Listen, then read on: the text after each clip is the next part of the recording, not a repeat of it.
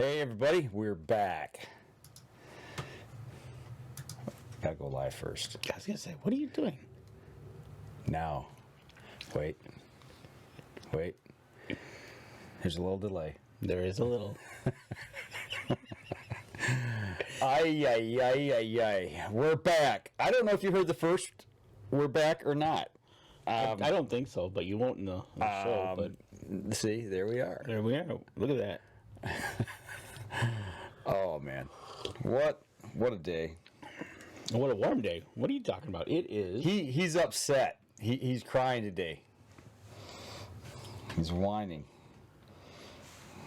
Danny has a problem. I don't have a problem. You do. You just said we broke our streak, man. You're upset. It's 54 degrees out. It felt like it when I was out shooting earlier. 54 degrees outside. Yeah? Yeah, and we're going to have like snow Wednesday. I don't want to hear about it. See, he's crying. But we're going to have a show after I share. We are going to have a show, hopefully, if everything stays together here. Oh, there it is. Oh, man. I'm all out of sorts today. Yeah, a little bit. That's what happens when you do a road trip. Yeah. Okay, so... And you feel like junk halfway through the day. I had somebody stop me and say, man, what is wrong with you? Right? Are you okay? I'm like, yeah, I'm fine. And, no, you're not. They didn't believe me. Or he didn't believe me, I should say. So, okay, I got my share in. All right. Let's see. Starting the process. Hey, Terry is in the house. What's going on, Terry? Oh, we're coming through. Good, yeah. That's a good deal. Yeah, your brother's crying. Oh, stop it. We were 3 out of 4 weeks wearing the same shirt, and he walks in today and looks over at me and goes, you broke our streak. Yeah, he did. Adam Wynn. Hey, Adam. Adam Winner. Hey, Adam, we got some info for you. The Easy Cut, the little G loppers they're not on their way to you, but they're on their way to Easy Cut. Still a couple weeks out. We got confirmation yesterday. So AJ Regal is in the house. Hey, what's going on, AJ? Oh, are you ready yet? Almost. You got to stay tuned to the end of the show too. We got some stuff to give away. I wish we could just hit one button. And just like massive share? I know, right? Well, it's set up, it just doesn't work. That's the problem. True. So, you almost there? Almost. 2 more. Okay. All right. 2 more and we can rock and roll this thing. He's slow this morning or afternoon. Hopefully everybody's doing well. Beautiful day out. I've been outside, cleaned up the backyard a little bit, so I wouldn't step in anything while I was shooting a little stick and string. You did? Mm-hmm. Yeah, I cleaned up after the dog. Right. You got that taken care of. Lincoln Roan, Mr. Roan. Hey, Lincoln, we need to get you down to the show that we went to yesterday. I think that would be a good venue for you to set up shop. We can talk about that at some point here in the near future. All right. I wonder if Lincoln saw your post about what we're going to talk about. I haven't opened mine yet, so we're going to have an unveiling. Danny already knows what's inside that. I have yet. He kind of gave me a little bit of a heads up. Hey, right. Kelly, what's going on? Adam says, rock on, be just in time for tree stand cleanup in the summer. Right on. It is a fantastic day out, Lincoln. Hopefully you're out doing something with the Packer Max, rolling around somewhere with one of those and listening to us in your ear as you're getting some stuff done outside. Yep. Okay, are we ready? We're ready. All right, let me get the record going. And here we go. Stand by in 3, 2, and 1. Welcome back to another week of Up North Journal live podcast here in the cabin with Dan DeFaw on a beautiful Sunday afternoon. It is. And before we get started, actually, before we start the show, I waved an envelope, and we got a question about this. So it's going to be our poll for the show. Do you ever fill out your DNR surveys that are mailed to you? yes, I always try to do my part, or no, it really doesn't matter. So, we want to know what you guys are thinking if you get those. Yeah. So, but before we get started, Dan, That's better. what do we need to tell the good people here? What we need to tell the people is one more click. All right, You're still not done? Yeah, I don't understand what was happening. Good old Facebook. Right. All right, anyways. Good afternoon, everybody. Absolutely.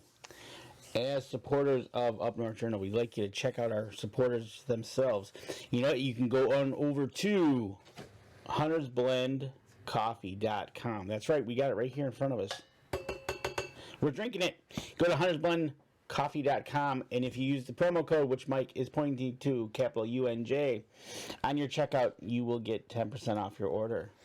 And then when you're sipping that fresh cup of coffee, you can go over to Buck's Baits and check out their lineup of stuff that they have in. And if you use the promo code Up North Journal there, you'll get 20% off your checkout at buckbaits.com. And with this warm weather that it is outside, I was listening to the baseball game on the way over, and grilling, nothing better than Rebel 6 Rubs. And if you go over there to rebel6rubs.com, use the promo code North Journal, you'll get 20% off your order, and then you'll have some rubs for your grilling season. I had some of that this week. You know, Yes, you did. No, you didn't have some. You drowned it in it. Oh, dude, it was good. It was There was a heaping mound of it on top of it. It was delish. I used some of their wild boar rub on pork chops, and actually on my baked potato. Sprinkle some of that on the baked potato, and putting that on the veggies, man, that is the way to go. I didn't want to light it up with the dragon dust. You didn't want to go that route? No, I saved that for my popcorn. So, but no, it was good. And then I had some leftovers the next night, same thing, and used it again. So it was really, really good. So who we got in the house tonight? We got a bunch of people. Lincoln Roan, Tammy Delk, Terry. I seen something there on Packer Max. What's going on there? I seen something there. Oh, wait, what's this? Yeah, I just see it right now. Lincoln Roan. He is in the cabin tonight, and he's gonna give a discount out. $25 discount off any model of Packer Max for UNJ listeners. So, all right, when you place your order over there, make sure you tell them that the guys from Up North Journal sent you over. Thank you, Lincoln. We appreciate that, buddy. Absolutely. That is awesome. Hopefully everything's going good with Packer Max. Hopefully things are rolling along. See what I did there? I see what you did there. It's getting to be that time of season. I see what you did there. I know. It is, but it's also show season. It is. And we took a road trip yesterday. Oh, yes, we did. We started off bright and early. We traveled southwest. Yes, we did. We went back to Indy. It's always a good time to go to Indianapolis in the spring, this time of the year. It really did me a lot of good yesterday, just getting outside and going and getting into the outdoors. Even though we were at a trade show, but we made a pit stop along the way. It was fun. Way back. It was fun because it was nice weather. We didn't have to worry about a snowstorm, rainstorm, ice storm, all the above storms. Insert storm that we usually have to fend when we go to ATA in January. It was clear skies. It wasn't a cloud in the sky till later in the evening when it was getting dark. Then you couldn't see the clouds. But it was awesome. It was so nice that when we came out of the show about 4 o'clock-ish. Yeah, 4 o'clock.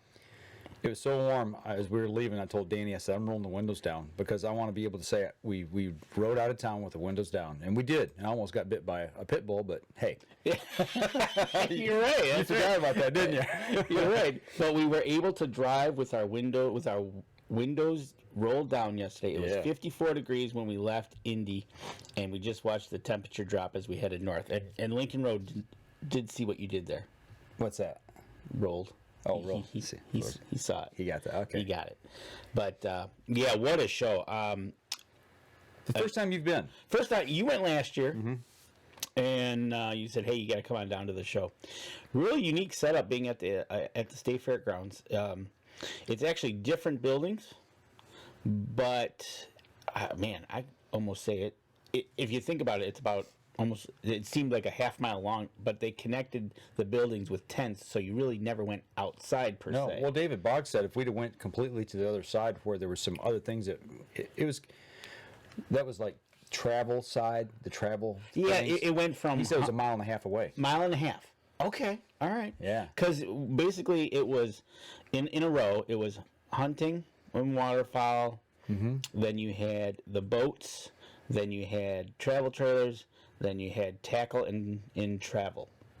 So you could start at one end and just walk all the way through. Yeah, there's 2 buildings of travel trailers and campers. So Yeah. 5 buildings to get from hunting and the hunting side over to the fishing side. And I'm like, why would they do that? And then Danny says, well, duh, because that's where most of your people are probably going to be. And we're going to drag them through so they can see everything. That's right. Get foot traffic. And we figured it out when we were having dinner, the setup and why they did what they did, because it made sense after a while.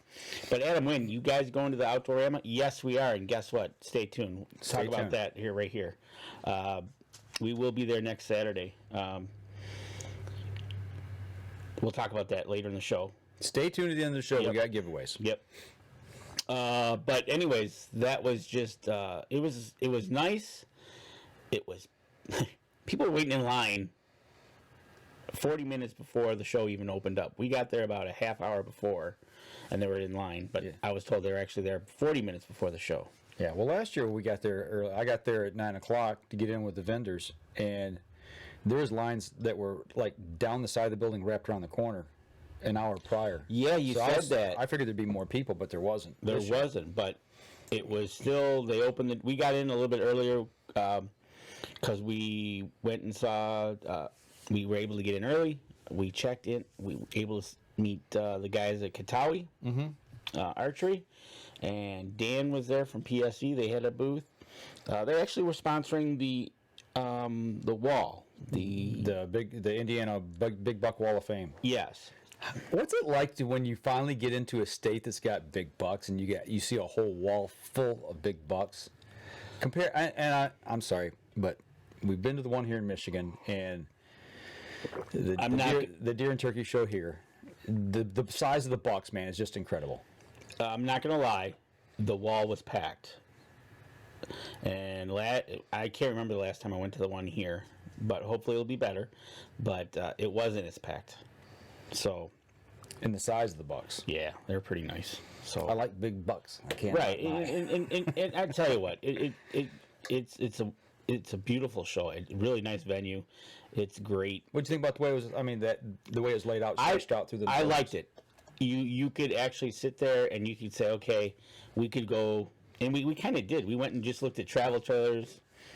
We sat down, took a little break, talked about the one that you bought last year because we were sitting in the model that you almost purchased.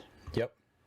And we talked about that, and we really weren't hassled either. No. In there, and it was nice. And we went and looked at different trailers, and if we hit the lotto, we'll be okay. We hung out on a boat, and we didn't get hassled until about 20 minutes after we sat there. Yeah, and then and it really wasn't a hassle. No, she's just checking in with us, and we told her that we found Ken Cicluna's new boat. Yeah. And Ken, we got you that picture of that boat, and it's all ready for you. You just got to pay for it and go pick it up. They're waiting on your signature. Yeah, all you need to do is sign on the dotted line. But it was really nice, and there was enough of boats and enough of campers that you didn't feel like you had to wait in line to get in to see that one of the only ones.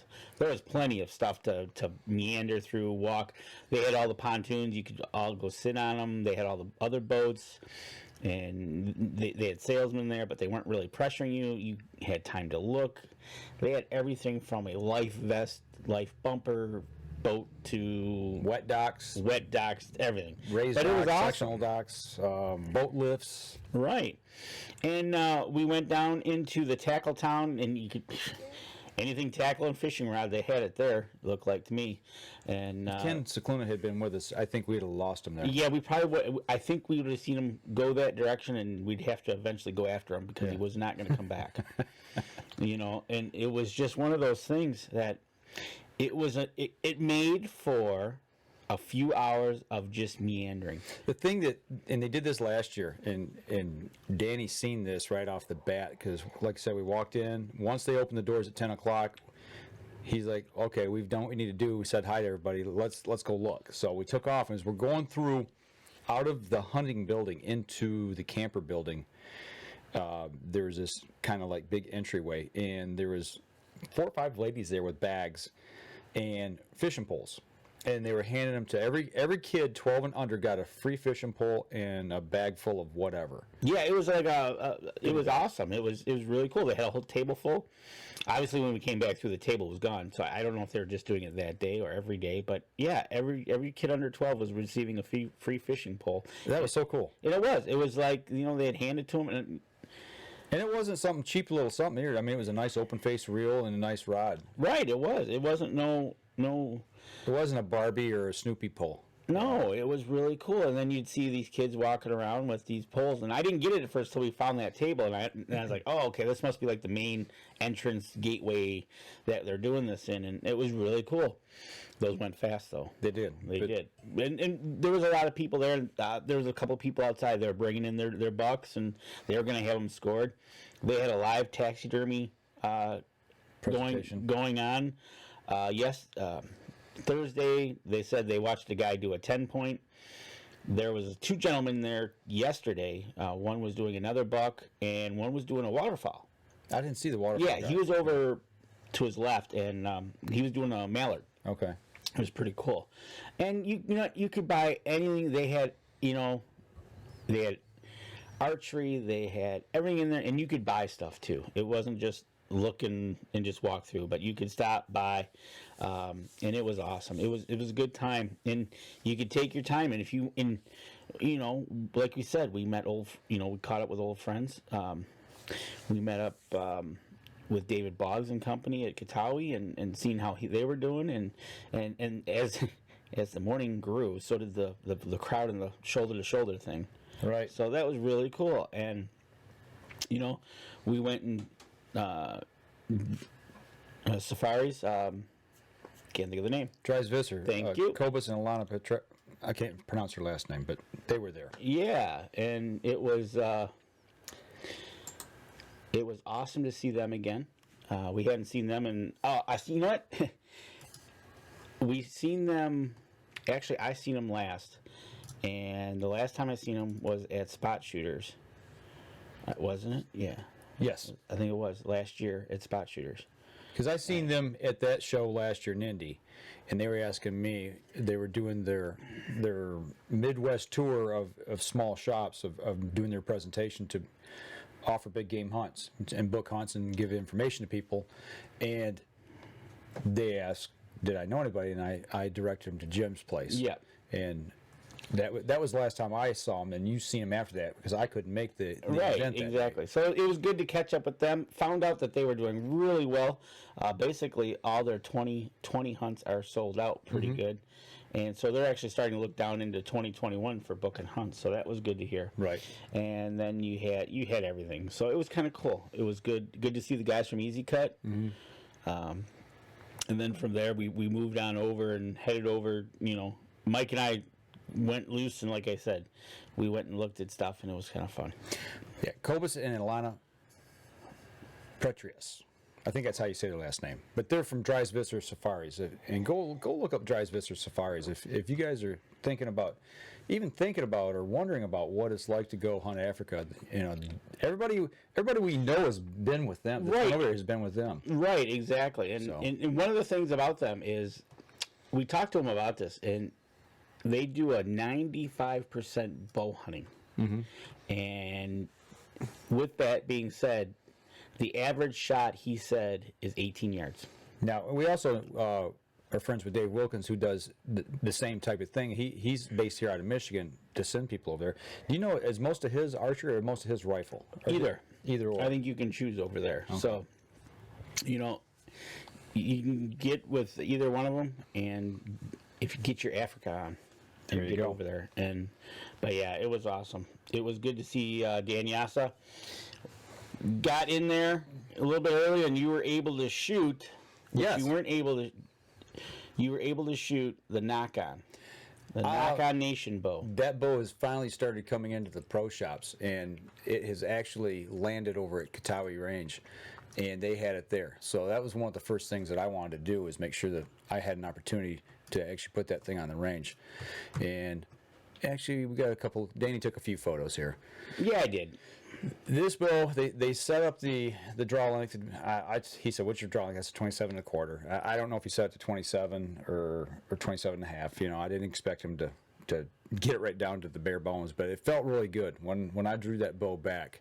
How's that 70-pound bow for you? You know, they told me it was 70, and I was actually a little bit concerned about drawing that bow back because I haven't drawn a 70-pound bow back in probably 10, 15 years, maybe. It's been a long time. Been a real long time since I've drawn a bow back with that poundage, and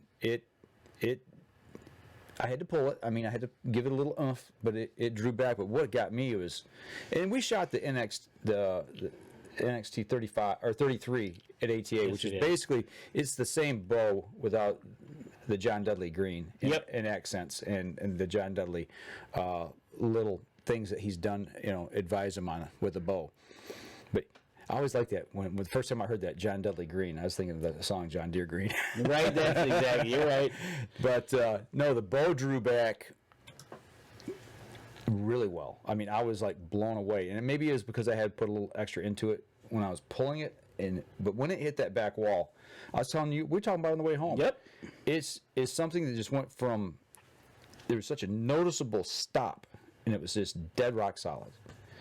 It's a nice bow to shoot, and with the ECS cam on it, you know, if it's 90% loft, I was sitting there holding 7 pounds. I mean, and I'm turning around looking at you, you know, and we're talking about it as I'm at full draw there at one point, and it amazes me. Like I said, the ECS cam system. I mean, I'm at full draw, and I'm like, we're talking. You can just sit and hold it all day. Right. It shoots like a dream. It does. It does shoot nice. So that was good to see you shooting that.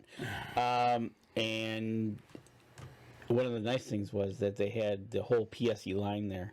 And one of the things I noticed a lot when I was standing over there, when I was talking with Dan, a lot of interest I see is starting to develop, which is good with the younger generation. Right before we left, there was a young couple that had brought a child up, and the first question they said, "Hey, well, what's the?" And this is something I didn't know because I thought I heard somebody say, "Hey, Mike, what's the minimum draw weight for hunting in Indiana?" I'm like, "Yeah, I don't know." You know, that's why we turn around to the older gentleman that we were talking with. I was like, you know, he's from the state. You know, ask him. 35. It was 35 pounds. Yep, and what it was I was seeing more and more families, and that's one thing nice about one of these open shows is the youngsters can see it, touch it, feel it, and the adults can ask questions if need be, and Dan and company was there answering questions. And some want to get into it, some were already into it, some didn't know where to start, and Dan was there answering questions, and if they needed to, they could have shot him. So absolutely. Cool. You know, on that point, hold on to that point about the kids, because it just made me think of something, and I want to come back to it. So we're going to step outside, we're going to take a quick break, and when we come back, I want to chase a rabbit for a second. Oh, so I like chasing rabbits. All right, we'll be right back after this. All right, everybody out on Facebook, we're talking about Indiana, but next week is Outdoorama, and stay tuned because I got some extra tickets here that we kind of need to. And we're going to tell you how you get your hands on them. Right. So stay tuned for that. And if you got any questions, I don't know if anybody out there got the survey, but if you did, let me know. Because I didn't get one. You don't always get them. Well, I mean, not everybody gets them. Right, exactly. Which kind of bugs me. And what gets me is I've gotten them the same survey multiple times within the season, after the season's over. Yes. And I don't know if maybe it's because I hadn't mailed the other one back yet. I think so. I think what it is they send a one round, and if they don't get a response, they send 2 rounds. And then I might be getting another one then. Right. Because I still got mine here. All right, hang on 1 second. And we'll get going with the next segment of the show. Okay, here we go. Stand by. 3, 2. Welcome back, everybody. Second part of the show, second segment of the show, talking about a road trip we made down to Indiana.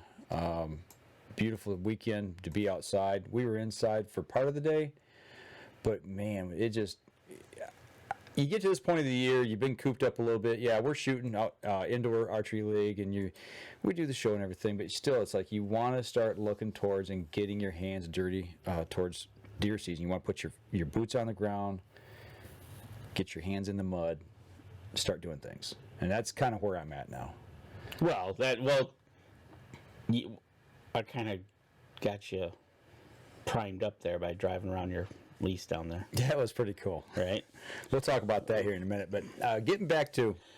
But about the kids, right? The kids. And so one of the other things that was nice about having all these kids there was there was a lot of... It was busy and tight, but I didn't feel crowded. Yeah. So that was nice. It got a little crowded in front of the big wall of bucks. I get that because, that's... Yeah. I regret not taking photos. I wish we had taken some photos we could have put up to show people, but man, it's one of the reasons why when I had the opportunity to go down there to hunt, I was like, yep, we're going to do this. Right. So, so it was awesome. So you wanted to say something about the kids? Yeah, you and I talked about this on the way home last night a little bit, and talking about getting kids involved in the outdoors. And I'm not going to say what organization, but there's a lot of these places that we do work with or partner with, and there's staffs, whatever you want to call them. You want to call them pro staff, you want to call it whatever, advisory committee, what have you, to get people involved and be a part of something. Generally speaking, you've got to be 18 years old to be a part of a quote-unquote staff, because I know where you're going. Okay. Because you can't sign a contract. Yes. Okay. And you had the opportunity to sit and really talk with somebody yesterday who was, I think, just turned 16. I think 16 or 17. 16 or 17. And this young man was actually at my camp 2 years ago for a doe hunt and took a doe. And I had that same experience being able to talk to him about, he started asking questions about habitat and deer management. And then we showed up yesterday, started talking. You got the opportunity to have a little one-on-one with them, and I'm like, these are the types of kids. They're not 18, but how do you get them involved? And we ought to have some kind of junior staffs for these kids. Junior, I don't want to call them process, but some kind of affiliation with these companies to where they can start getting plugged in, especially these habitat companies, especially companies that promote habitat or wildlife research or deer management or wildlife management. Why can we not get these kids, somehow plugged in? Right. NWTF exactly. does it with their Jake's program. Along those lines, why can't they do something along those lines that promotes at a younger age, generates the interest at a younger age into whatever they're promoting? Exactly, because this guy that you were talking with, this kid's already food plotting. He's already done timber management, and he's 16, maybe 17 years old. Right, exactly. And he gets it. And what it was we were in the Backwaters Legacy booth, who, for those of you who don't know, is a camp down in Indiana where they send youngsters to outdoor camp, basically, and they teach them A to Z of outdoors, from shooting a gun to, I think they do archery, primitive, everything. So we were in the booth, we were talking, and I got talking to Zion, and he was telling me about the buck he got, and he shot it out of his dad's stand. Dad wasn't happy, which is fun. But I bet he's dead. But anyways, just listening to him talk about what he was doing, creating a small food plot, working it, planning it with brassicas and what he did, and then he showed me the pictures of a really green field of how it came up, and he loved it, and it went well. And then how he's got family in Kentucky. He's in Indiana. He has family in Kentucky. They're going to allow him to hunt there, so he wants to start over there as well. But he has talked about planting pear trees and other trees that he's planted, food plots that he's working on, and what he's done with minerals. And you could just see at his age the interest just brewing of wanting to do more for the environment and the animals. You know, because everything he was doing was absolutely, it was awesome. And you know, in talking with him, it just wasn't okay. I went out there this week, and no, he was planning on going back out in the next couple weeks to redo his minerals and get back out there. And he wanted to go down to this other property in Kentucky, and he wanted to go shed hunting to start looking to see what he's got. He was trying to get the lay of the land. Yep. He's got it going on. Yeah, he does. And so, for your point, Mike, a Jake's program from NWTF is awesome. So now why can't another group? Why can't these corporate groups do this? And have a junior whatever just to start to plant that seed to say, hey, you know, get involved. And we're losing hunters every day. We're not retaining our numbers. Everybody says we need to get more kids involved. We need to get more women involved. I think we're doing good on the side of getting females involved in the outdoors. That's one of the fastest growing parts of the industry. But to get kids involved, when you've got young kids who are excited about something, I mean, get them plugged into like I said, a staff of some sort that mentors them along the way. You don't have to have them sign a contract. You know, put out a little monthly newsletter or something that they get in their email. It doesn't even have to be something that's published that you mail to them. You know, if you don't want to spend that money, get them interested and plugged in, and give them information to keep going and be a part of something. You know, a simple newsletter with a tidbit of the month or something, or a tree of the month. I don't know, whatever, if you're going to do it that way. But, talking with him, it looks like he's got some future down the road, you know, and it's even with Derek. Yep, Derek Getson, the kid that I was hunting with down in Indiana this year. Same way, youngster, and he's just out of high school, and he's a bow mechanic. The guy fully engaged in doing that. Yeah, and he is in. And Tony's got him working the shop, and he's there, and he's doing it, and he's fully engaged. You hunted him with the week, and the kids wanting to get back out on the property. You know, that's something him and I talked about. It's like, well, when are we going to have our work days? You know, these kids are clamoring to get involved in something. I really think if we've got that opportunity to engage them and get them on property to where they can do some work, whether maybe it's your property. You know what? I'm going to throw a challenge out. Everybody listen to the show. If you got property, get some of your local kids around the area that might some of your kids from your neighborhood, or maybe your kids as friends. You know, invite them to your property to do a little weekend workers bee thing. And I tell you what, not even if you have your own property. Here's another thing that I see a lot of in this area of southeastern Michigan. Is we've got this public lands that is open to the public, whether you're a hiker, hunter, bird watcher, whatever. But I see so much junk out there. Yeah, absolutely. Get out and go clean up a You know, if there isn't a day you could go for a walk, and when you're walking, carry a trash bag with you and pick up. It's sad. I totally agree. You're supposed to. There's a saying about leaving only footprints, I think. Yep, leave place better than what you found. The only thing you should be leaving behind is your footprints. Right, exactly. So, you know, you can even do public lands and clean that up as well, and work on that. So there's opportunities to get outside, get these kids involved, and it was nice to see, whether it be a fishing pole, getting them. They have the trout pond in the back. I saw one kid catching one. And as soon as he caught one, I heard another kid. He caught the person was on my right when I was walking by. So on the left, I heard another youngster must have saw it, because all of a sudden he wanted to go fishing and catch a fish. So it was just that whole attraction for that, and it was kind of cool. I kind of wanted them to have a grill right there and just kind of. Yeah, we talked about that. Grill them bad boys up right now. Right there, yeah. Let's eat them right now. Have a snack. We'll talk about fresh trout, but it was awesome. And you know, it was a great show. Good to see them out there. Good to see the crowd out there. And it's coming into spring, and matter of fact, Lincoln Ronan is a perfect example that it's not. You start thinking about it, because I know it's 54 degrees out there now. Frost seeding. You can do some frost seeding. You can start to mentally plan what you want to do with your piece of property. And I've done that myself. It's like, okay, what do I want to do with my dates that I got to be up there? Exactly. Yep. It's that time of year. Well, I tell you what. Let's take a break, because we ran a little bit long in the first break. We come back. I want to get your take on what we did afterwards when I took you around the property. Oh, yeah, okay. Real quick, just to pick your brain real quick. So we're gonna step outside. We'll take a break. We'll be right back after this. Okay, folks. All right, folks, people that are watching. That's right. Got some tickets here. Going to be giving them away. But how will we give them away? That's the question. We'll tell you here in a little bit. And if you got any questions about anything, just let us know. Throw me a question, throw Mike a question, and we'll be good to go. Alrighty.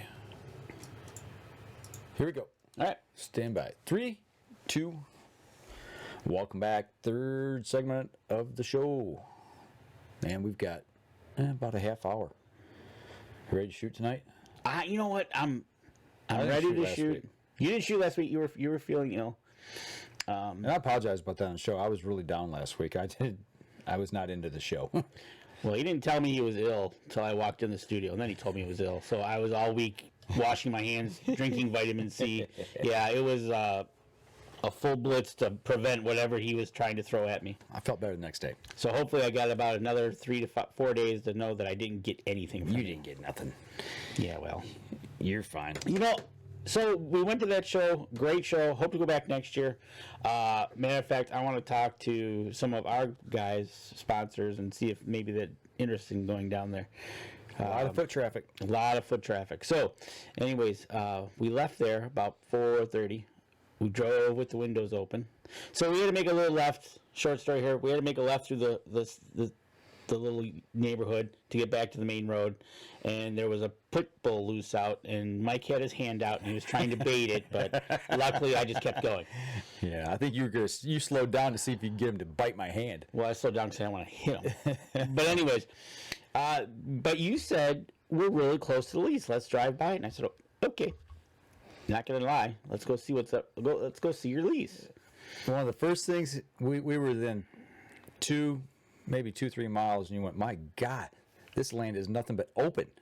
The wind's just got to howl across this stuff. And I'm like, yeah, you see that little thing sticking out of the trees over there, that tower? He goes, yeah. I said, that's like within less than a mile of the lease. I said, so yeah, this is what we hunt. Right, and that was a few miles away as it was. But one thing I did notice about where Mike's lease is it's a lot of ag lands with pockets of woods, and there's no really, really, really big stands of timber.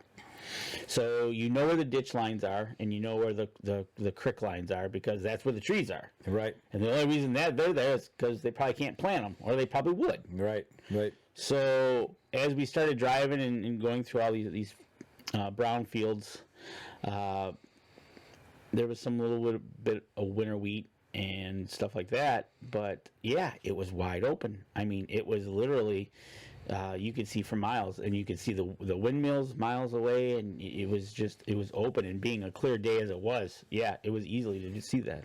Yeah, it's not like anything here in Michigan that we hunt, or that I've ever hunted. Like I said, I'm used to hunting timber, and I've tried to explain it on the show, but I really wanted to show Danny, the big drastic difference between what we're used to hunting here versus what we are down there. And that's why I'm still on this learning curve of trying to figure some of this stuff out. Right, and my brother Terry will remember hunting Port Huron up there, and that's that. And it's exactly the same way.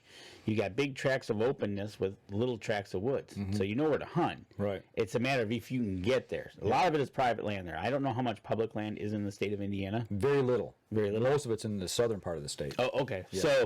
So there you go. So these tracts of lands that you're able to hunt on, obviously for private reasons, or in case of Mike, they have a lease where they can go hunt. It's basically you're hunting fields, edge of fields, creek lines, and small tracts of woods. Yeah. You'd see a small tract of woods out there, and lo and behold, my guess is that's probably a hot spot for when it's hunting season. Mm-hmm. Or when a coyote's getting chased. So, matter of fact, if you ever want to see a coyote do the 100, this is probably about a quarter-mile dash. Probably a half-mile run. Right? Literally, what happened was he bolted out of a woodlot on our left, crossed the street, and the field was open for about a half mile to the wood line, and he was on a dead run. I've never seen a coyote haul, but yeah, he was so fast. He was literally booking, and there was nothing stopping him. Yeah, I actually hung out the window and barked at him. And right. That dog was just carrying the mail. He wasn't loping. I mean, he wasn't trotting. He was flat. I've never seen a coyote run that hard that far. He was hauling butt across that dirt. He's been shot at before, I guarantee you. It would have been fun to try to shoot at that one. Yeah. That would have been unload the gun. But anyways, yeah. So we drove around. Do you know how big that square was we drove around? Oh, probably. It's probably 2 miles by 2 miles, I'm guessing. So as we drove around it, you could just start to see why that, going into this lease and going out of this lease is basically the creek that leads you in and leads you out with woods. Mm-hmm. Other than that, it's a wide open field of houses. Yeah. And there ain't many houses. So as we drove around, you showed me the creek bed and the bottom. We could see from part of the road, and it was... yeah, we didn't get out and walk the property. Yeah, no, we didn't do that. Didn't have boots. Yeah, didn't have boots. But yeah, it was just one of those things that you saw, and wow. It was... and you were talking with David a little bit, and it sounds like they're going to plant corn this year. Yes, yeah. Last year was soybeans, this year will be corn, so now we're going to have even more cover. Right, exactly what I was thinking. I was like, wow. You might want to have the farmer call you the day or two before they're going to start cutting the corn, because then you're going to be wanting to be out there. Because when I hunted Wisconsin, kind of the same type of structure. The day they were cutting the corn, the deer were literally running out of the fields. That it was just like, well, there they are. Yeah, they've been hiding in the field all season long. Right, exactly. So Mike was like a little kid in the candy store, just kind of getting giggly as we drove around this property, and made me feel so good. And actually, we secured it again this year. We've got it secured for the year. Right, so that was cool, and we got to see that. I got to see that. We saw some deer in some fields, which was good to see. It was nice to see they didn't have any snow, so the browse should be sufficient enough, I hope. I don't know what the deer density is like. And there wasn't a lot of water on the ground either. No, there was just a few Not like fields. last year. Okay, yeah. Last year was horrible. Right. So, and you're planning to go down there in the spring here, do some work days on there and get it ready. Mm-hmm. It'd be interesting to know any plans. I bet you as soon as they can. I know up here it's generally right around Memorial Day-ish here in Michigan. They always tell you don't plant before Memorial Day because you got frost and it'll ruin things. True statement. Down there, I think they're usually, I would say by mid-May, it's the latest. They probably want to have their crops in the ground. I mean, I'm not a farmer. I don't know. Okay. So, I hope they get them in the ground. Somebody, it doesn't take much. You just open up a hole in the ground, put seed in, plant it, and that's it. Right? So we'll let that dog alone. Yeah, we'll let that one alone. But anyway, so we'll stay tuned for more on that, because when Mike starts doing that, I'm sure we'll hear all about it, because I'm looking forward to it, man. I am so pumped up. Absolutely. I am ready to get out and get my feet and hands dirty again. And I want to take my grandson this year down there, and when we do some work days, just to get him involved and get his little hands dirty and let him see some critters and all that kind of good stuff. So go see some critters. Yeah, absolutely. So but yeah, so that was awesome. I like driving around that little roads, and don't go off into the giggly weeds. Right. So other than that, good trip. Absolutely. I'm glad you liked the show.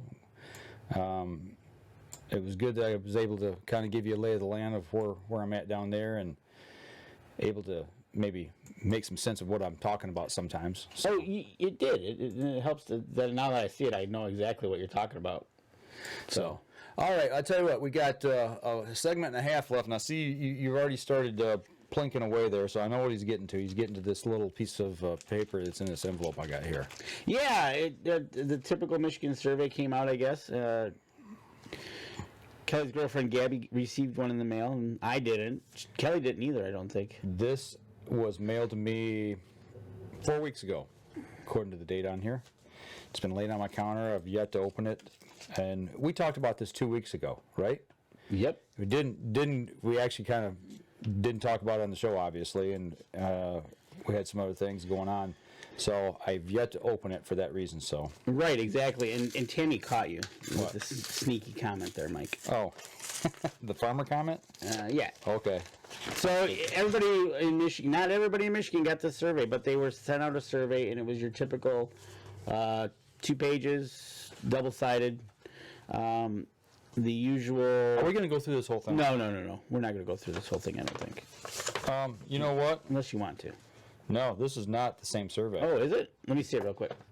I guarantee it's not the same survey. Oh, no. Ooh, you got this different one. Okay, hold on. That's elk survey. You keep talking for a second. I just got to look and see if something's in here. Real quick. You want me to keep talking? What do you want me to talk about? It's not the survey. Well, we got a poll going on right now. Yeah. On our page. I don't know how many people's chimed in on it, but we want you to. Okay, this is. Yep.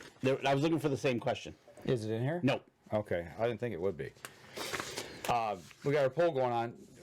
When you get surveys in the mail from the DNR, do you fill them out to do your part? Because, yeah, you know, everybody should do their part. Or do you not fill it out because it really doesn't matter? So, I tell you what, we're going to save this one. If we got time, Yeah. I want to look this one over, and maybe we'll comment on that Yeah, next week. that was good because I think it asks about guides and stuff for there. But anyways, with the guide being with the survey for deer hunting being sent out, there was your typical questions that you had about where you hunted, how many days you hunted, what did you hunt with, Were you successful? Did you do right? yada yada yada? There was a couple questions in here that kind of didn't throw me, but it was interesting to see that they were in here in a way that they're worded and that I think they're digging. Okay, well, go ahead. All right, so not in any particular order because I'm trying to blow this up so I can read the question. How much do you support or oppose creating a new extended archery season, which would be January 2nd through the 31st, in future years in the county where you preferred to deer hunt in 2019? So they're not limiting it to an area. They're just saying They're just saying extend the archery season for another month. in where you hunted, would you like that? Yeah, I wouldn't mind it at all. So there you go. Are we talking about just standard archery equipment? I mean, did they say anything about crossbows? I'm not opposed says either way. It says new extended archery season. So it looks like they want to extend the archery season all the way out to the 31st. So you would basically go from October 1st to January 31st with the interruption of gun season. Okay, let's talk about this question a little bit here. Yep. My first thought would be, yeah, I have no problem with it. I would love it.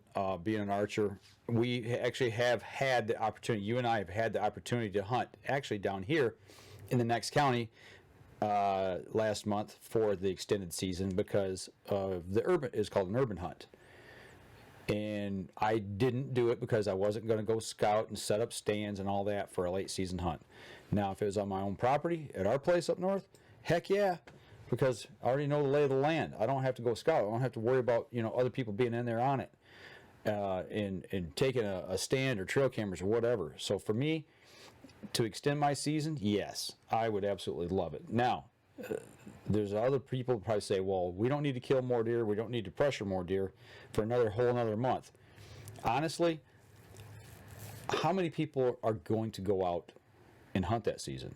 Everybody says that's an archer would say, yeah, I'd probably do that. Well, I'm the same way. I would say, yeah, I'd like to do that. Well, realistically, I might get up for a weekend. That's going to be it. Well, that's part of it too. You're not going to take, and some people limit out in October. They're done. And they're done. Yep. So, and then some people can't get out till December, depending on whatever situation it presents itself. So that was a question. Yeah. So a question before that was an extended late archery season was held during January 2 through 31 in the Detroit metro area in the Macomb, Oakland, and Warren counties. That's the urban hunt you referred to. Yep. During the last 2 years, how much do you support or oppose continuing this extended archery season in the future? I don't have enough information to make a call on that.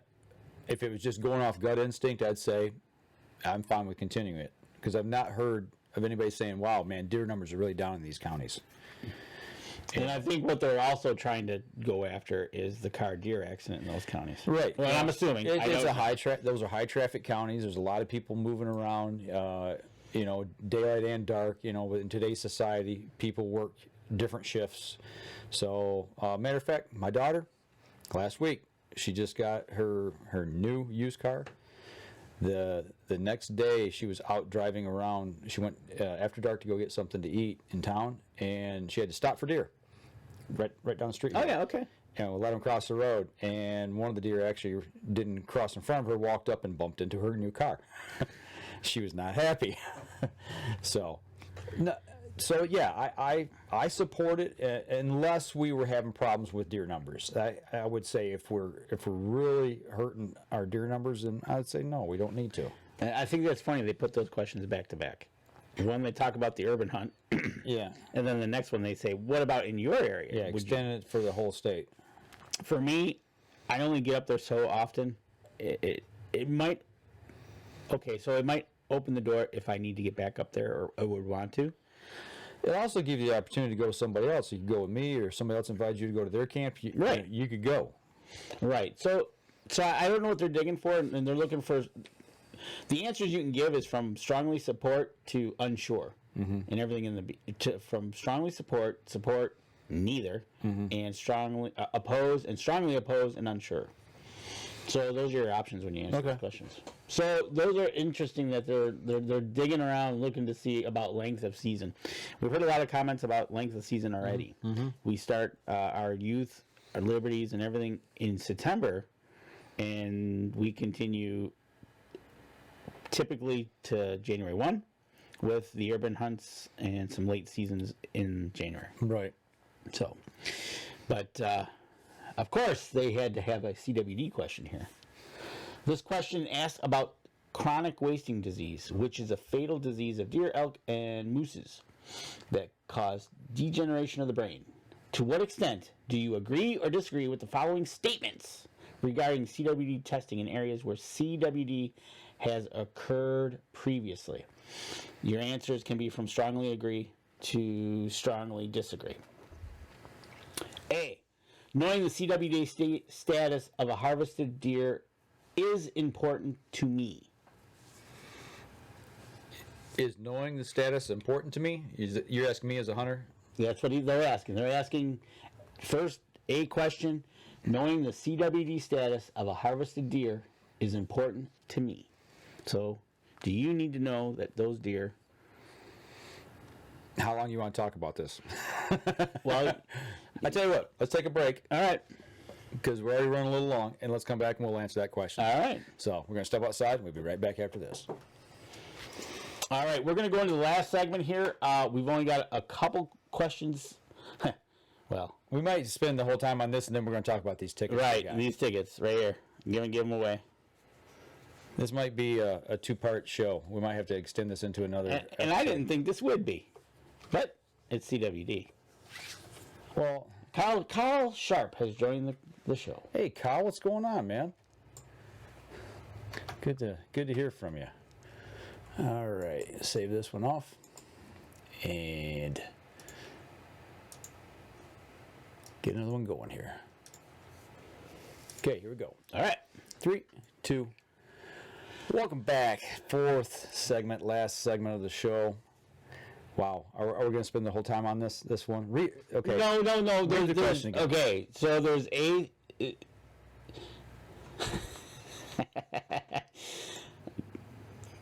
Mike's ears are starting to smoke with that question. He knows me too well. Right. So, anyways, the very first question, I have 1, 2, 3, 4, 5, 6 sub questions to the main question. We ain't getting through this. No, we're going to try to get through this. Knowing the CWD status of a harvested deer is important to me. Yes or no? Or strongly agree or strongly disagree? I don't know that I can honestly answer that because I don't have enough information. Do we know that it's... generally speaking, I'm going to say, yeah, it's important to me. I would want to know if one had CWD or not, because if it did, from what knowledge I've got now, I'm going to say I probably don't want to eat that deer. Okay. That's general. Now we'll switch to B.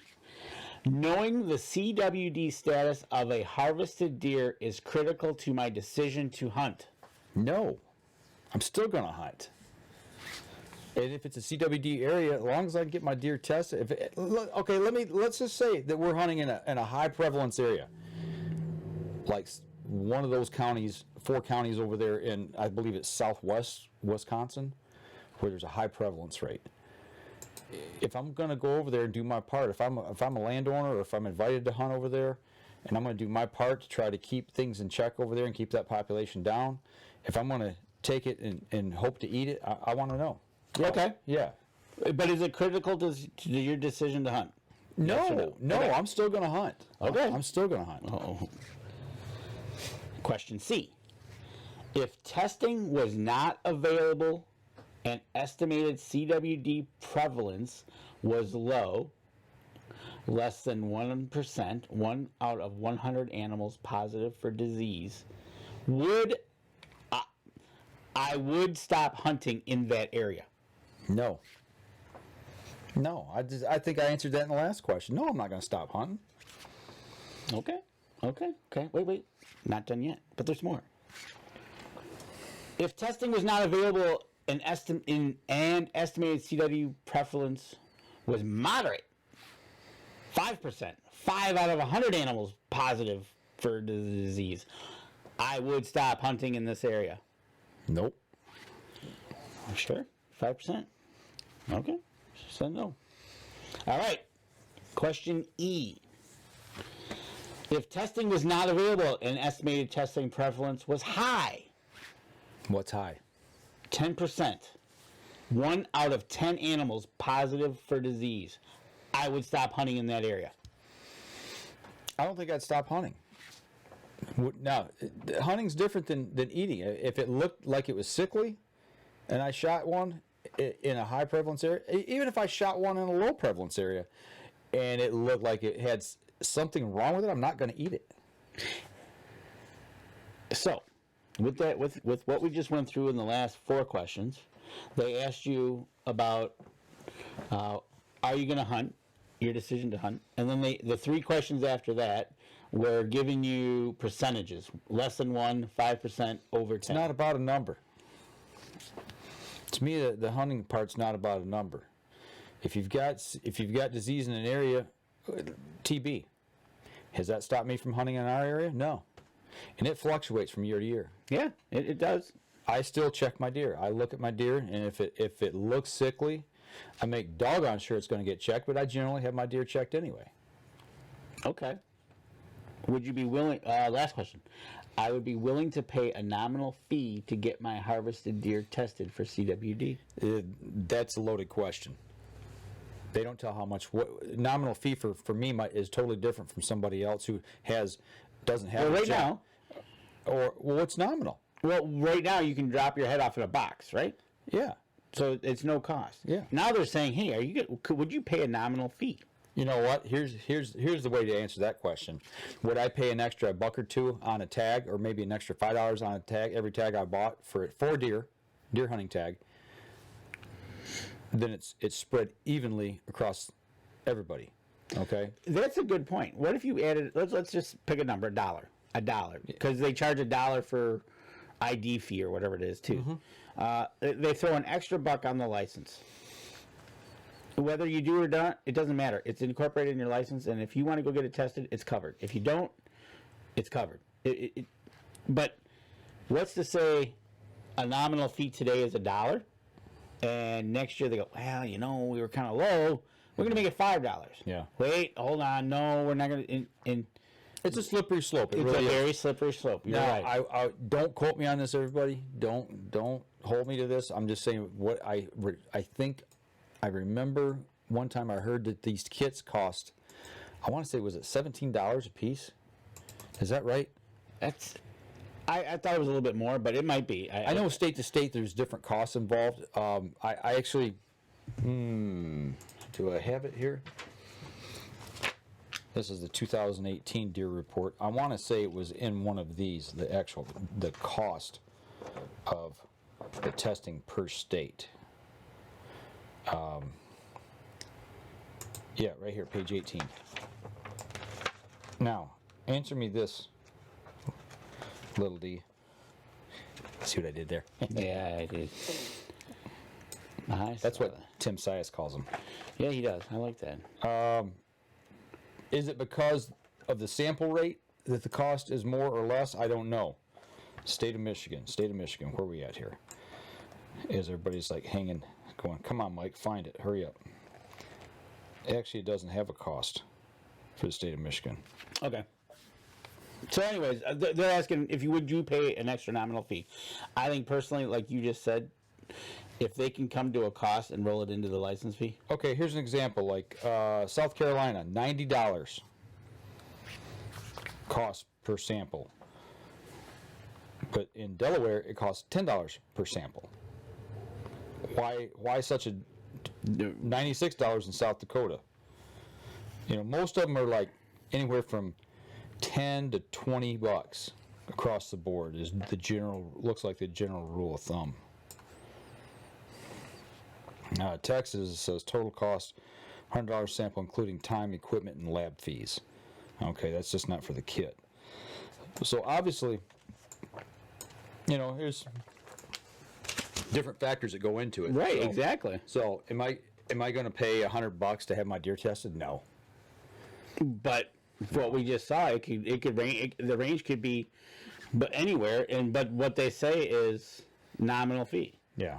That's a very loaded question because what they could say is, hey, everybody turned out positive in this survey. Okay, we're going to charge you. And here's the price. Yeah, yeah. Okay, one more CWD question because that's why I'm on this. This was way back in the beginning of the survey. Okay. If chronic wasting disease, a fatal disease of deer. I like how they put that. It's a fatal disease of deer. Everything's fatal. Right. So is a car. Yeah. Caused all meat processors to stop processing deer. How would this change your future deer hunting activities? 3 choices.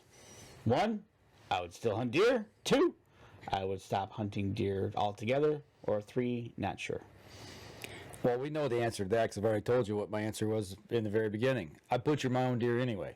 So that has no bearing on what I do. So take it from me.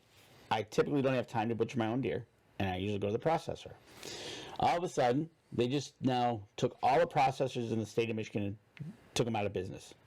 Smooth move. I think I could learn how to butcher my own deer. Right. It's not, yeah, okay. Hey, I got an idea. How about I ask Mike to show me how, and then I'll learn. How about we do a live stream on it? Well, that's what we would think, yeah. But in general, it's like, but yeah. So why would you ask a question? All meat processors to stop processing deer. To me, it looks like a lot of these questions. I think they're gauging people's response about how far are people willing to go to keep hunting viable.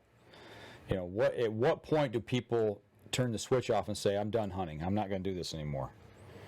Right. So, and they do have a trail camera question. Okay.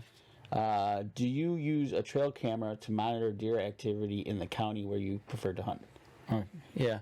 And then what they did, there was another question. There was the next question is to list what animals you did see on trail camera. Oh, yeah. So they're kind of. You always wonder, you know, what the line of reasoning is of why they're asking whatever question it is they're asking, or series of questions. Because usually, if you start looking at the series of questions rolling along, they tend to. Well, that's why I want. It's kind of interesting that they come up with the line of questionings. They ask about a CWD. What if all the processors stop? Are you going to stop hunting? Yeah. Wait, hold on. Hey, what did you see on trail camera, by the way? And then at the end, they're like, oh, by the way, if there's a little bit of CWD, a medium, or a lot, are you still going to hunt? Yeah. Oh, and with the interesting questioning this year because it's like, come on, guys, just. Well, I want to give a shout out, Tim Ford. We talked about you yesterday, dude. Your ears are ringing, buddy, because we actually were talking about you yesterday. So yeah, we're doing good. We're doing real good. We'll be talking soon. So, but that's all I got. I thought they were intriguing questions. I liked how they put the numbers out there, and then all of a sudden they were like, "Would you hunt? Would you stop hunting?" You know.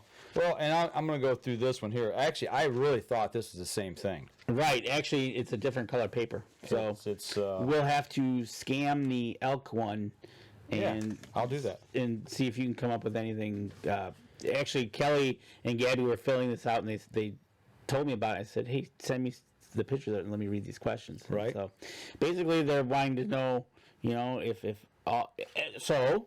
Okay, so here's another real quick before we got to give away these tickets.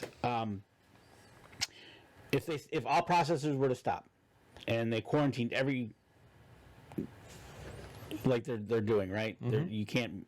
So then I would have to take a day up in the UP to debone my deer. That's what I would have to do to do it. Right. And as a hunter, we talked about this at camp the last couple of years. Right. And we're like, okay, we'll set up a part of the garage that if we need to, we'll make it into the chop up area and make it into the kitchenette area, and we'll take care of our deer and process them. That's just what you're gonna have to do. Right. Exactly. Yeah.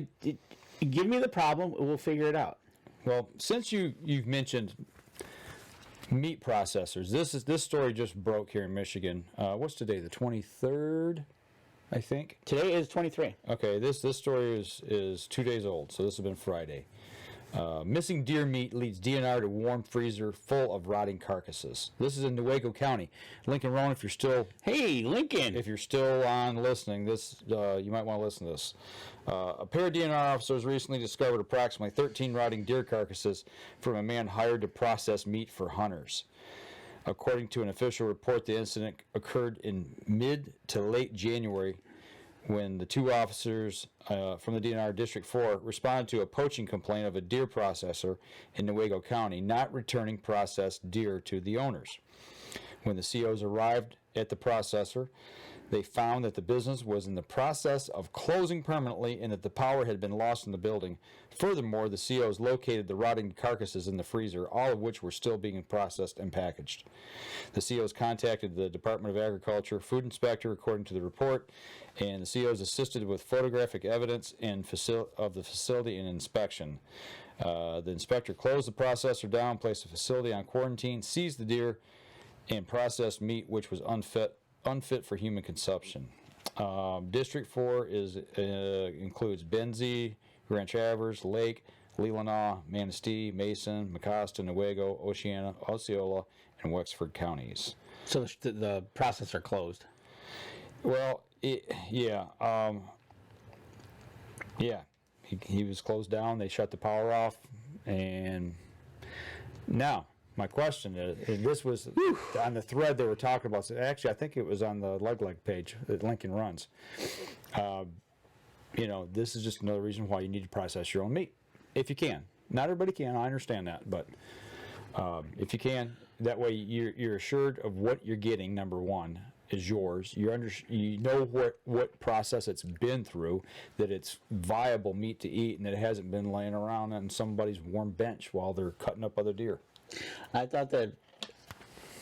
I'm surprised that just came out now, because I would think people would start asking questions of where their deer meat is. Well, that's how they actually did. Oh, that's how. Okay. Yeah, and it was mainly people that had shot late season deer and took them to the processor.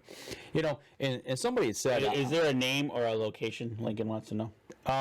They did not give it, and actually, Lincoln, I think this was on your page. Go back and follow up on it, but somebody said that they didn't want to give it because, beating a guy up is bad enough as it is already. But if you know somebody that's looking for their deer meat that didn't get it back, then you might have found it. You might have found it. It might be somebody up in your neck of the woods, so to speak. But there was one gentleman that said, well, that's just plain laziness that people don't cut up their own meat. No, it's not. It's not plain laziness. Number one, some people are new hunters and don't know how to do it. Number two, maybe they don't have access to a place to butcher their own meat.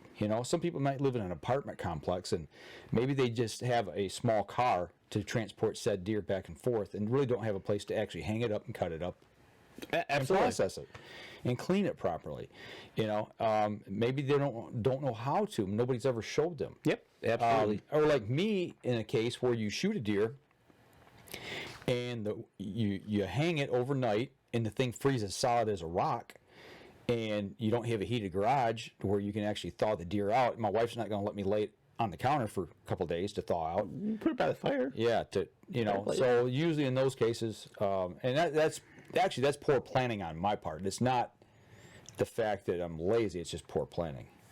of knowing we got cold weather. You know, Right. sometimes you're in a situation that your back's against the wall, and you have to take it to a processor. I've had to do that. I mean, I think I've had 2 deer processed in the last 10 years, maybe Right. 10, 12 And years. I know the one was because it was frozen. It was frozen solid as rock. Right. It's like, all right, okay, that's good. Yeah. So yeah, so you know, it I don't know. They put out a survey like this.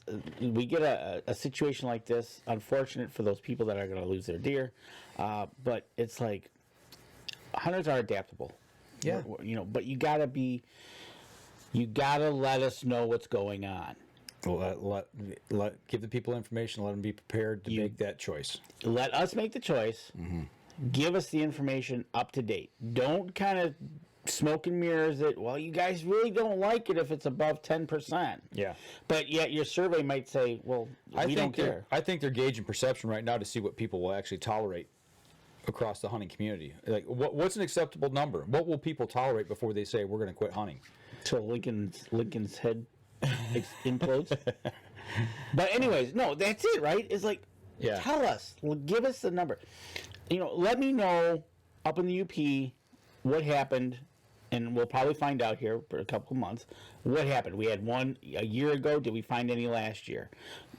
Down here, downstate. What did we do? We up, we down. Yeah. TB area, we up, we down. Yeah. Well, and you've had TB for Since 2002 is when they stopped baiting it in our area. I think it was 2002.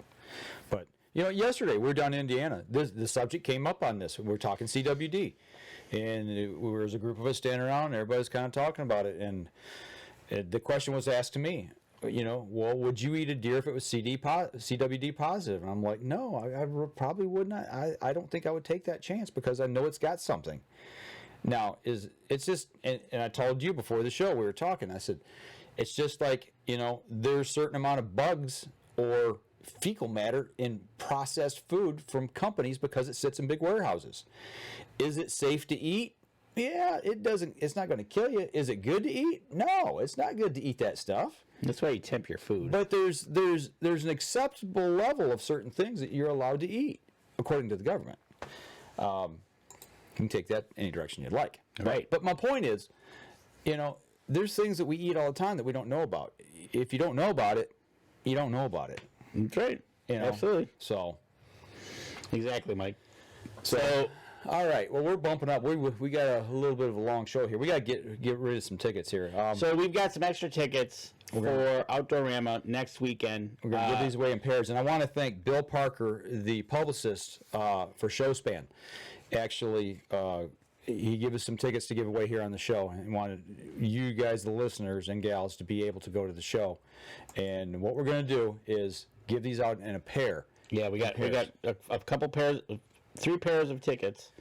By the way, our friend Tim Andrews from Rush Outdoors is going to be giving a couple seminars on Friday and Saturday. Check his seminars out. He's going to be talking about Deer 101. It's an open mic thing. You can ask him any kind of questions, and he'll answer them. Or the other one he is doing is a what are you doing now to get ready for deer season? And actually, that's kind of what we're going to be kinda talking about here in a couple of weeks. We're going to be speaking at the Frankenmuth Sportsman's Club. So Right, exactly. So with that being said, we've got 3 sets of tickets of 2 to give away. So put your name in right now on the live stream, and tonight we'll check this. Yep. Okay, we'll come back and check it. If we have more than what we got, we'll put your name in a hat and draw it. If not, I will PM you, give me your address, and I will drop those in the mailbox Monday, tomorrow. so that way they get to you hopefully before this weekend. Snail mail. Or if you're in the area here, buy us, and it's somebody we know, then we'll get them to you. Lincoln Roan, if you don't have your deer tested for CWD and you eat a deer, it could potentially be eating a deer with CWD. Well, that's kind of the talk that we were going around with, Lincoln. You know, it's like, you know, what you don't know doesn't kill you, or does it? You know, I mean, it hasn't jumped species yet to the human species, but Crutchfeld Jakob is that same type of disease, and you know, know somebody whose dad died from that, and that's extremely rare. I mean, extremely rare. And I know somebody whose dad passed from that. So and that's the thing. and it sucked. The other side question that I kind of throw out there is maybe we've been eating CWD deer all And don't know it. Don't even know it. Yeah, You won't know it unless you're testing for it, obviously. So the bigger problem I have with all this is a lot of the smoke and mirrors is going on. I think people are fudging numbers one way or the other, and like we've always said, you follow the money, and that seems to be the case in a lot of cases. And I believe it was maybe Lincoln and I were talking, or maybe I heard him talk on one of his live streams, that I think the deer industry itself, the private industry, is the one that's going to figure this out, because they've got a lot to lose. exactly. They got the hunters and the industry have the most to lose. If deer were wiped off the landscape today, and this was kind of brought up yesterday too. Well, the DNR have no job. Well, no, they'll still have a job because there's still natural resources to be managed. Whether it's deer, if there's no They deer, just have to shift their focus the focus will be shifted to something else. and then figure out why they lost all the money. Yeah, so that's all I'm saying. Yep. So I'm always, playing devil's advocate. I guess I don't know. So. right. But that's the show for the week, folks. Tim, that is exactly right. My question is, how do we know that CWD hasn't been around for years because we're not testing for it till recently? Okay. That was my point. All right. Wish there was more testing stations in Livingston County. Yeah. So that's another. Don't get me started. I know, right? We can go for Adam, we concur on that one. So that's the problem is getting. But we stuff gotta go out. shoot. We gotta go shoot. But we need people to put in your names if you want 2 tickets to Outdoorama for this coming week. We've got them here. Let us know. Put your name in the comment line. Say tickets. Say I want to be put in drawing. I want to go. Whatever. Yep. I'll hit you up with a PM, and then give me your address, and we'll get them out to you. We're gonna be there Saturday Yep. evening, ish. Yeah, ish. Depending on, we'll be there Saturday for sure. So if you see us and you're there, stop, say hello, And we're gonna remember, talk to you. And remember to check out Tim Andrews' Rush Outdoors, his seminars, talking Deer 101, open question, or what are you doing now for your deer hunting this fall? All right, for those of you on the podcast, that'll do it for us this week, folks. Next week, we hope to be talking sturgeon spearing. Yes. Sturgeon spearing in the great state of Wisconsin. So, y'all stay tuned. All right, folks. All right, everybody on Facebook, I've got 2 names so far. Anybody else? 91% of the people that participated in the poll said that they do their part and they fill out the surveys, and then 9% said no, I don't think it matters. So interesting, and I generally see that like halfway across the board with people I talk to about that. Actually, I'm surprised that the numbers are that high of participants. So, Well, that's the thing. just a thought. Yep. So, All right, everybody. all right, we're gonna get out of here. You got anybody in there yet? We got 2 people so far, and All right. we'll check back a little bit later, and then I'll get these mailed out next day. Give me 1 second before we'll sign off here. Dan. Throw my name in the hat, fellas. Tanks, Kyle Sharp. All right. 5, 5, 6. Do. Tom Gensel. Hey, Tom. All right. Other than that, it was a great week. I'm really glad you went down to the show, down to Indy. I'm glad you had a good time. It was a good time. I'm telling you what, guys. I love shows like that when they're, especially when you can roam like that. Yeah. And do different kinds of things, and it makes it for a good day. If you guys are looking for an all-inclusive show that's got everything, next year go down to the Indy. That was a good one. Outdoorama is a combo show. It's going to have Outdoorama on one side, and then they're going to have the home show on the next. So actually, that covers whatever you want to do with your home, cabin, all the way to booking a hunt and doing that. Hunting things, Yep, fishing. we'll probably see Jack there and Yep. say hi to him, and we'll go from there. So All next weekend is Outdoorama. Hope to see you guys there on the show floor. We're going to sign off, and we'll see y'all next week. Make sure you get your name in for the drawing if you want tickets. We'll see you next week.